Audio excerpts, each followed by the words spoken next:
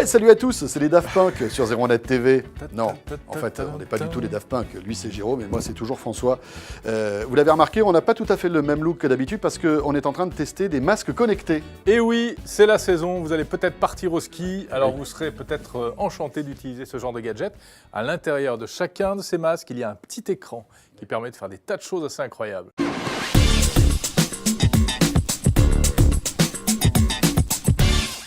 Bon, tu penses qu'on nous a vraiment pris pour les Daft Punk ou non hein? Bien sûr.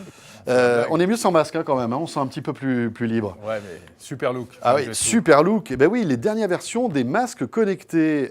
Alors toi, tu as le Oakley. Voilà, c'est le Airwave 1.5 de Oakley, c'est le nouveau modèle. Et moi, j'ai le Discover Snow 2 de la marque Recon Instruments. On appelle ça des HUD, des Head-Up Display, donc des affichages tête haute en quelque sorte.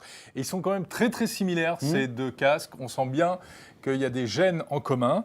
Oui, on a l'impression que en fait, Oakley a fait appel à Recon pour fabriquer le sien, parce qu'il faut savoir que Recon est spécialisé dans ce domaine hein, des masques connectés depuis pas mal de temps. Alors, ça se compose donc du masque. Et d'ailleurs, masque. à l'intérieur, quand on regarde, c'est la même chose. Hein, exactement.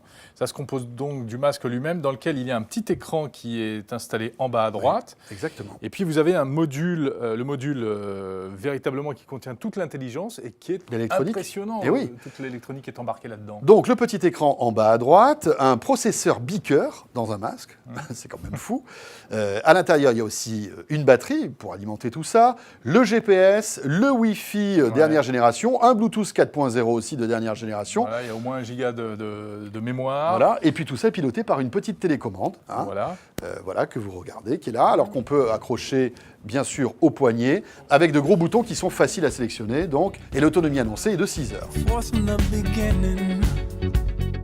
Alors à quoi ça sert ce genre de masque connecté ? Eh bien si vous êtes skieur, vous allez très vite comprendre, parce qu'on peut véritablement suivre toutes ces performances sur les pistes. Alors par exemple, eh bien, on sait où on est grâce à la localisation GPS et à l'affichage de la cartographie.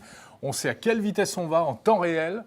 On sait à quelle altitude on se trouve, évidemment. Et puis même pour toi qui est un roi du freestyle, ah oui, c'est vrai. Quand tu fais des sauts... On m'appelle Freestyle Mind d'ailleurs. Ouais. Ah, oui. Et donc, il y a véritablement un analyseur de sauts qui va te permettre ensuite de ça, c'est pour moi, ça, comprendre effectivement. tout ce que tu as fait. Bon, il y a une boussole, bien sûr, le suivi des performances.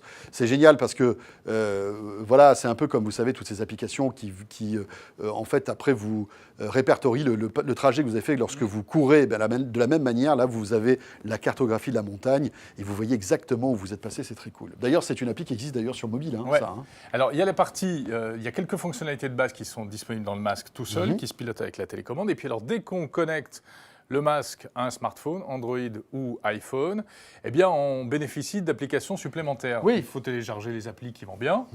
Et puis, c'est surtout une télécommande du smartphone. Et ça peut télécommander le smartphone, exactement, pour écouter la musique.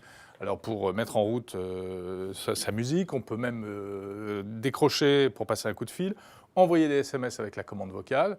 Et c'est vrai qu'avec l'ergonomie, les gros boutons de la télécommande ici, c'est assez pratique. Alors, il n'y a pas de caméra dans ce masque, mais on peut en piloter une, Jérôme. Oui, si on se fixe une caméra, par exemple une GoPro sur la tête, sur le casque, eh bien on peut avoir le retour d'image et commander la caméra depuis le masque. C'est assez génial. C'est-à-dire que vous allez pouvoir, avec la petite télécommande, télécommander bien sûr le masque, mais aussi une caméra GoPro, pourquoi pas, ou d'une autre marque si elle est compatible, un cardio-fréquence-mètre. Ouais, on peut se mettre un cardio-fréquence-mètre sur la poitrine. Voilà, comme ça, si vous faites des frayeurs, vous voyez votre cœur accélérer en temps réel. Et puis donc le smartphone, avec l'arrivée des SMS, etc., pour écouter la musique de votre smartphone et plein d'autres fonctions. Bon, alors on va être franc, on ne l'a pas vraiment testé sur les pistes cette année. C'est vrai qu'ici, les Moulineaux, pour l'instant, il n'y a pas beaucoup de neige. Mais on l'a testé dans la rue et c'était génial. On s'est taillé un succès. Dans la rue, c'est super. Bon, alors, les avantages, on vous les a décrits. C'est vrai que c'est génial d'avoir ce genre d'appareil sur la tête parce que vous avez des informations concernant votre parcours de ski.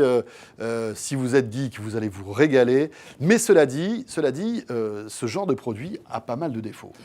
Première déception, c'est qu'en fait, on n'est pas exactement comme dans un Mirage 2000 avec les informations qui s'affichent en surimpression sur l'écran, comme on pourrait l'espérer. Là, l'écran est vraiment situé en bas, donc il faut clairement baisser les yeux pour regarder le petit écran, même si c'est très visible et même si, vu la taille de l'écran, en fait, on a l'impression d'avoir une grande image sous les yeux. C'est un petit peu différent de ce que vous pouvez voir sur ces images d'illustration qui ne sont pas réelles, en fait. l'écran qu'on voit est plus au milieu, il est plus grand, il est plus décalé vers le bas.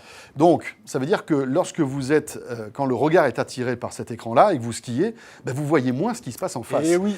Et le problème, c'est que quand on sait que lorsqu'il faut skier, il faut être très vigilant. On sait qu'il y a des accidents parfois dramatiques lorsqu'on skie. Donc, c'est vrai que c'est quand même assez dangereux. C'est pas quelque chose qu'on pourrait vous recommander parce qu'on est vraiment attiré par le petit écran et à ce moment-là, on ne regarde pas ce qui se passe sur notre horizon. Mais il faut faire très attention. C'est vraiment un truc à utiliser avec grande précaution. Alors, ouais. Pour ne pas se laisser happer, absorber par l'image. Autre problème, c'est que nous qui portons des lunettes, on a essayé, et alors là, franchement, c'est pas facile, parce que lorsque vous mettez ce masque... Ça, c'est tous les masques de ski. Hein, et voilà, et avec les lunettes, eh bien, vous vous retrouvez avec des lunettes qui sont trop grandes, et tout de suite, c'est pas fait pour nous, quoi. C'est pas grave, moi je le garde, Tu le et gardes j'y quand vais. même Ouais. Bon, Allez, t'y vas François, salut. Zut, fais attention quand même. Je t'enverrai mes vidéos. Ouais, et surtout, tu fais attention, tu prends que les pistes qui sont damées, hein.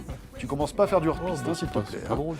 Voilà, ZeroNet TV, toute l'actualité high-tech, et puis si vous apprêtez à skier, bon ski et soyez prudents, bien sûr. Salut à tous.